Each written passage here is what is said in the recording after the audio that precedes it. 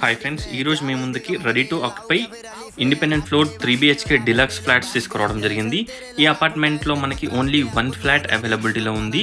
Ground ఫ్లోర్లో మనకి spacious car parking area provide చేయడం జరిగింది. 2 car parkings, backup generator, bore, sump, municipal water connection, everything ఈ ఫ్లాట్కి అవైలబిలిటీలో ఉన్నాయి.